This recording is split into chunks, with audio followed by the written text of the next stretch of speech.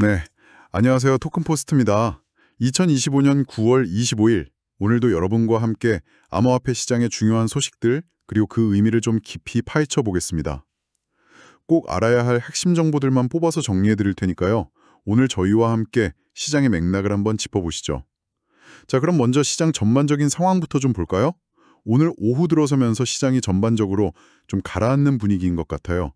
투자 심리도 약간은 위축된 모습인데요. 주요 암호화폐 가격들 지금 어떻습니까? 네, 맞습니다. 오늘 오후 4시 9분 그 기준으로 보면요. 비트코인이 어제보다 한 1% 정도 내렸습니다. 그래서 11만 1,500달러 선에서 거래되고 있고요.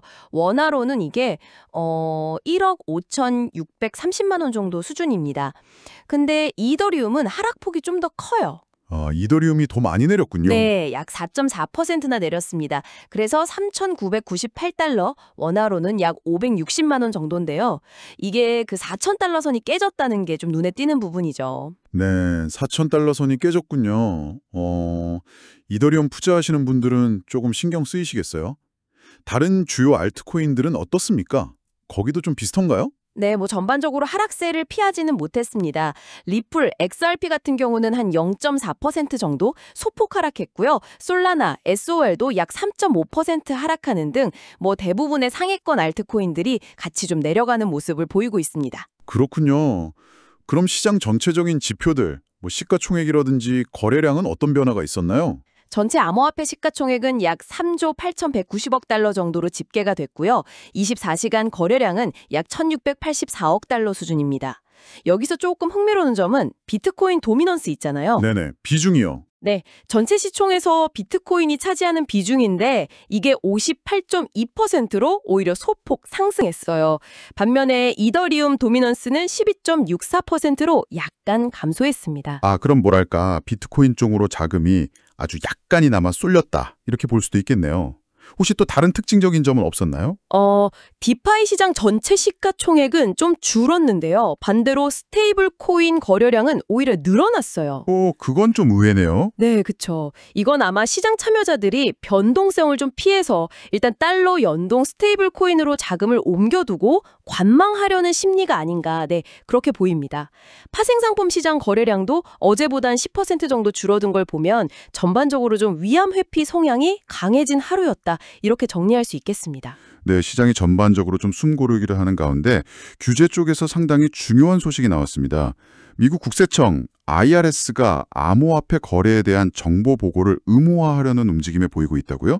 이거 상당히 큰 뉴스 같은데요. 좀 자세히 설명해 주시죠. 네, 맞습니다. 이번 주 시장에서 정말 주목해야 할 소식 중 하나라고 생각하는데요. 미국 IRS가 암호화폐 과세를 좀 더 강화하기 위해서 W-9라는 양식의 개정 초안을 공개했습니다. 이게 납세자 정보 제공 양식이거든요. W-9 양식이요? 네, 미국에서 소득이 있는 개인이나 기업이 자신의 납세자 식별번호, TIN이라고 하죠. 이걸 요청기관에 제공할 때 쓰는 서류입니다.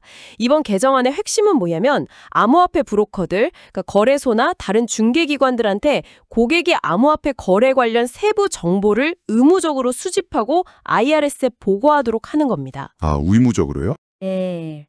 단순히 거래했다, 이게 아니라 고객의 TIN을 정확히 확인하고 또 거래에서 발생한 자본이득 같은 소득 정보까지 구체적으로 파악해서 보고하라는 거죠. 이걸 통해서 IRS는 세금 누락을 막고 암호화폐 시장의 세금 준수 의무를 강화하겠다, 이런 방침입니다. 와, 이건 본격적으로 암호화폐 거래를 기존 금융 시스템의 세금 보고 체계 안으로 완전히 끌어들이겠다는 신호탄처럼 들리네요. 단순히 세금 내세요 정도가 아니라 거래소의 정보 제출 의무를 아주 강하게 지우는 거니까요. 이게 그럼 언제부터 시행될 예정이고 만약에 거래소들이 이걸 안 지키면 어떻게 되는 건가요? IRS는 이 개정안을 내년 1월, 그러니까 정말 얼마 안 남았죠, 그때 발효시키는 걸 목표로 하고 있습니다. 그리고 만약 브로커, 그러니까 거래소들이 이 의무를 제대로 지키지 않으면 벌금이 부과될 예정이라고 명시했어요. 벌금까지요? 네. 구체적인 액수나 기준은 좀 더 나와봐야 알겠지만 어쨌든 상당히 강력한 집행 의지를 보여준 거라고 할 수 있죠. 그렇군요. 그럼 당장 미국 내 거래소를 이용하는 분들께는 이 세금 관련해서 투명성이 더 높아지는 반면 절차가 좀 더 복잡해질 수도 있겠네요. 이게 시장 전반이나 이용자들한테는 어떤 영향을 미치게 될까요? 특히 이걸 듣고 계신 여러분의 투자 전략에는 어떤 의미가 있을지 좀 생각해 볼 필요가 있겠습니다. 단기적으로 보면요. 말씀하신 대로 브로커들에게는 상당히 큰 부담이 될 수 있습니다. 고객 정보 수집하고 거래 내역 추적해서 소득 계산하고 이걸 또 보고하는 시스템을 새로 만들거나 개선해야 하니까요. 개발 비용도 만만치 않을 거고요. 이용자 입장에서는 자신의 거래 내역이 정부 기관에 다 보고된다는 점에서 좀 심리적인 압박감을 느낄 수 있죠. 프라이버시 문제도 제기될 수 있고요. 그래서 일각에서는 이런 규제를 피해서 중화화된 거래소 말고 탈중앙화 거래소, DX로 이용자들이 옮겨갈 거다. 이런 예측도 나오던데요. 네, 그런 가능성도 충분히 있습니다. DX는 아무래도 중개기관 없이 개인 지갑 간 거래를 하는 형태가 많으니까 이런 보고 의무에서 좀 자유로울 수 있다는 기대 심리가 작용할 수 있죠. 하지만 중요한 건 미국 정부가 이제 암호화폐 관련 납세 의무를 더 이상 회색지대에 두지 않겠다. 이걸 명확히 하겠다는 의지를 보였다는 점입니다.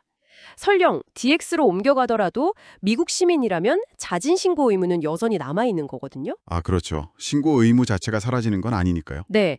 그래서 장기적으로 보면 이런 움직임은 결국 암호화폐가 제도권 금융 시스템의 일부로 편입되는 과정에서 어쩔 수 없는 수순일 수 있습니다. 오히려 투명성이 강화되면 기관 투자자들이 더 들어오기 쉬워질 거라는 그런 긍정적인 시각도 있고요. 확실히 단기적인 불편함과 장기적인 제도화라는 양면성이 있네요. 이 규제가 앞으로 어떻게 진행될지 또 시장 참여자들은 어떻게 반응할지 계속 좀 지켜봐야 할 것 같습니다. 자, 그럼 다른 주요 소식들도 좀 더 보죠. 미국 얘기와는 좀 다른 방향인데 유럽에서는 자체 스테이블 코인을 만들려는 움직임이 있다고요. 네, 이것도 상당히 흥미로운 소식입니다. 유럽의 주요 은행 9곳이 손을 잡았어요. 이탈리아의 유니크레딧, 네덜란드의 ING, 독일의 데카뱅크 같은 상당히 큰 은행들이 포함되어 있는데요. 이들이 컨소시엄을 구성해서 유로 기반의 스테이블 코인을 공동으로 개발하기로 했습니다. 목표 시점은 2026년 하반기로 잡고 있고요. 은행들이 직접 스테이블 코인 개발에 나선다니 이건 좀 이례적인데요. 목적이 뭘까요? 표면적으로는 결제 시스템 혁신을 얘기하지만 조금 더 깊게 들여다보면요. 현재 테더, USDT나 서클, USDC 같은 달러 기반 스테이블 코인이 시장을 거의 장악하고 있잖아요. 그렇죠. 대부분 달러 기반이죠. 네, 여기에 대한 어떤 견제 심리가 깔려 있다고 봅니다. 유럽 입장에서는 이 디지털 화폐 시대에도 달러 의존성을 좀 줄이고 자신들의 통화 주권 또는 전략적 자율성을 확보하려는 의도로 해석할 수 있어요. 미국이 규제를 강화하는 것과는 또 다른 방식으로 디지털 자산 시장에서 영향력을 키우려는 시도라고 볼 수 있겠습니다. 아, 규제와 혁신. 각 지역마다 참 다른 접근법을 보이는군요. 재밌네요. 한편 미국에서는 ETF 시장 분위기가 좀 엇갈리고 있다면서요? 맞습니다. 특히 이더리움 ETF 쪽 분위기가 좀 안 좋아요. 출시 이후에 계속 자금이 좀 빠져나가고 있는데 3거래일 연속으로 순유출을 기록했습니다. 24일 현지 시간 기준으로 하루에만 약 7,940만 달러가 빠져나갔는데요. 구체적으로 보면 블랙록의 ETHA에서 한 2,650만 달러, 피델리티, FTH에서 3,330만 달러 이런 식으로 주요 상품들에서 자금이 계속 나가고 있습니다. 이더리움 ETF는 계속 자금이 나가는데 비트코인 ETF는 좀 달랐다고요? 네, 비트코인, BTC 현물 ETF는 3거래일 만에 다시 순유입으로 돌아섰습니다. 총 2억 4,100만 달러가 들어왔는데 특히 블랙록의 아이빗, 여기에만 1억 3천만 달러가 유입되면서 전체 시장을 좀 이끌었어요. 이걸 보면 현재 기관 투자자들의 시각이 이더리움보다는 그래도 비트코인에 조금 더 우호적인가? 이런 해석도 가능합니다. 물론 단기적인 흐름만으로 판단하긴 좀 이르지만요. 거래소 밖으로 계속 나가고 있다는 데이터도 있더라고요. 이건 어떻게 봐야 할까요? 그게 아주 중요한 포인트입니다. 글래스노드 데이터를 보면요. 주요 암호화폐 거래소들이 보유하고 있는 이더리움 총량이 계속 줄어서 약 1,480만 개의 수준까지 떨어졌어요. 이게 어느 정도냐면 2016년 이후 거의 8년 만에 가장 적은 양입니다. 8년 만에 최저치요? 네. 전체 이더리움 공급량 대비 거래소 보유 비율 역시 2016년 7월 이후 최저치를 기록했습니다. 거래소에 있는 물량이 줄어든다는 건 보통 팔려는 사람이 적어진다는 의미로 해석할 수도 있나요? 그렇죠. 일반적으로는 그렇게 해석합니다. 투자자들이 암호화폐를 팔려면 일단 거래소 지갑으로 옮기는데 반대로 거래소에서 개인 지갑, 콜드월렛 같은 곳으로 옮기거나 아니면 스테이킹이나 디파이 서비스에 참여시키려고 인출하는 경우가 많거든요. 그래서 거래소 보유량 감소는 단기적인 매도 압력이 줄어드는 것과 동시에 투자자들이 이더리움을 장기 보유하거나 다른 생태계에 활용하려는 경향이 강해지고 있다. 이렇게 볼 수 있습니다.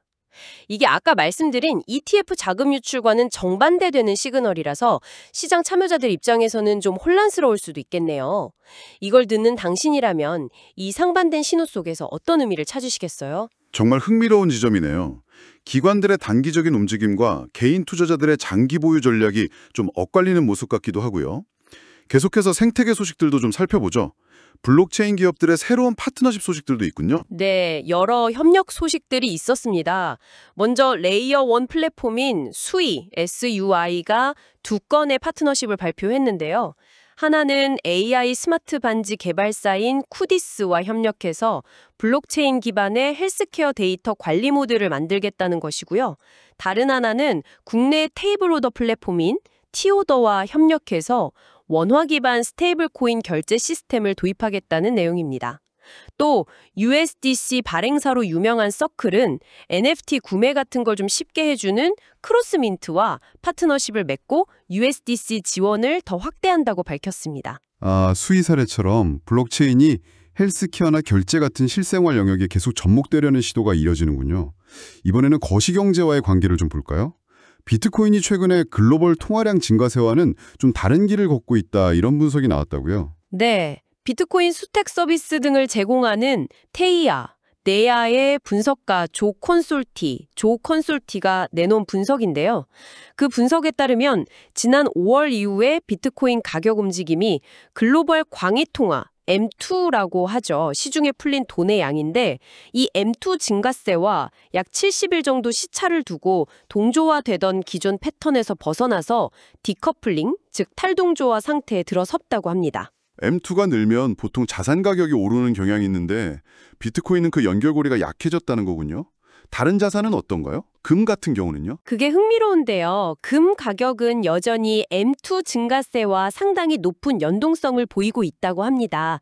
그래서 콘소르티는 이걸 근거로 현재 달러 약세나 지정학적 리스크가 부각되는 상황에서 금은 전통적인 안전자산 역할을 하고 있는 반면에 비트코인은 여전히 위험 선호 자산, 그러니까 시장 상황이 좋을 때 더 오르는 자산으로 인식되는 경향이 강하다, 이렇게 설명했습니다. 우리가 비트코인을 디지털 금이라고 부르기도 하지만 실제 시장에서의 움직임은 아직 금과는 좀 다른 패턴을 보이고 있다는 거죠. 네, 비트코인의 자산 성격에 대해서 다시 한번 생각해보게 하는 분석이네요. 자, 마지막으로 이더리움 가격 전망에 대해서 전문가들 사이에 의견이 아주 극명하게 엇갈리고 있다고요? 네, 정말 뜨거운 논쟁이 있었습니다. 월스트리트의 유명 분석가죠. 펀드스트렛의 공동 창업자인 톰 리. 이분이 이더리움 ETH가 연말까지 1만 달러에서 1만 2천 달러까지 갈 수 있다, 이렇게 아주 낙관적인 전망을 내놨습니다. ETF 승인 효과나 기술적 강점 같은 걸 근거로 들었죠. 1만 달러면 지금 가격의 거의 2.5배가 넘는 수준인데요. 와, 굉장히 공격적인 예측이네요. 반대 의견은 어떤 내용이었습니까? 암호화폐 투자사인 메커니즘 캐피탈의 공동 창업자 앤드류 캥이라는 분이 톰 리의 분석을 아주 강하게 비판하고 나섰습니다. 캉은 현재 이더리움의 기술적 차트 흐름이 약세다, 그리고 ETF 승인이라는 호재는 이미 시장에다 반영돼서 소진된 내러티브다, 이렇게 지적했어요. 게다가 이더리움의 실제 사용량이나 수익 같은 펀더멘털에 비해서 현재 시가총액이 너무 과도하게 고평가되어 있다, 이렇게 주장하면서 톰 리의 전망은 설득력이 매우 떨어진다고 거의 평가절하했습니다. 와, 정말 같은 현상을 두고도 이렇게 정반대의 해석이 나올 수 있군요. 톰 리와 앤드류 캉 모두 시장에서 이름 있는 인물들이라 과연 누구의 말이 맞을지 지켜보는 것도 흥미롭겠습니다. 결국 이더리움의 미래에 대한 전문가들의 시각이 얼마나 크게 엇갈리고 있는지를 보여주는 단적인 예인 것 같네요. 네, 오늘 정말 다양한 소식들을 깊이 있게 살펴봤습니다. 미국의 규제 강화라는 큰 흐름부터 시작해서 유럽의 독자 노선, ETF 시장의 혼란스러운 신호들, 또 거래소 밖으로 나가는 이더리움 물량, 그리고 전문가들의 상반된 전망까지. 고려해야 할 변수들이 정말 많다는 것을 다시 한번 느끼게 됩니다. 그렇습니다. 오늘 다룬 내용들을 이렇게 쭉 종합해보면 특히 그 미국 IRS가 요구하는 투명성 강화와 글래스노드 데이터가 보여주는 거래소 이탈 및 자산 직접 관리, 셀프 커스터디 선호 현상, 이 둘 사이의 어떤 긴장 관계가 굉장히 흥미롭게 다가옵니다. 한쪽에서는 모든 걸 드러내고 제도권 안으로 들어와라 이렇게 압박하는데 다른 한쪽에서는 오히려 중앙화된 시스템에서 벗어나려는 움직임이 감주되는 거죠. 여기서 이걸 듣고 계신 여러분께 한번 질문을 던져보고 싶습니다. 앞으로 이 규제 당국의 투명성 요구와 이용자들의 탈중앙화 금융, 디파이 참여, 그리고 자산을 직접 통제하려는 욕구가 어떻게 전개될까요? 이게 서로 충돌하면서 한쪽이 다른 쪽을 압도하게 될까요? 아니면 예상치 못한 방식으로 서로 조화를 이루면서 새로운 균형점을 찾아가게 될까요? 이렇게 계속해서 판이 바뀌는 환경 속에서 당신의 투자 원칙과 자산 관리 전략은 어떻게 중심을 잡아야 할지 한번 진지하게 고민해 볼 시점인 것 같습니다. 오늘 저희가 준비한 이야기는 여기까지입니다. 이상 토큰포스트였습니다. 감사합니다.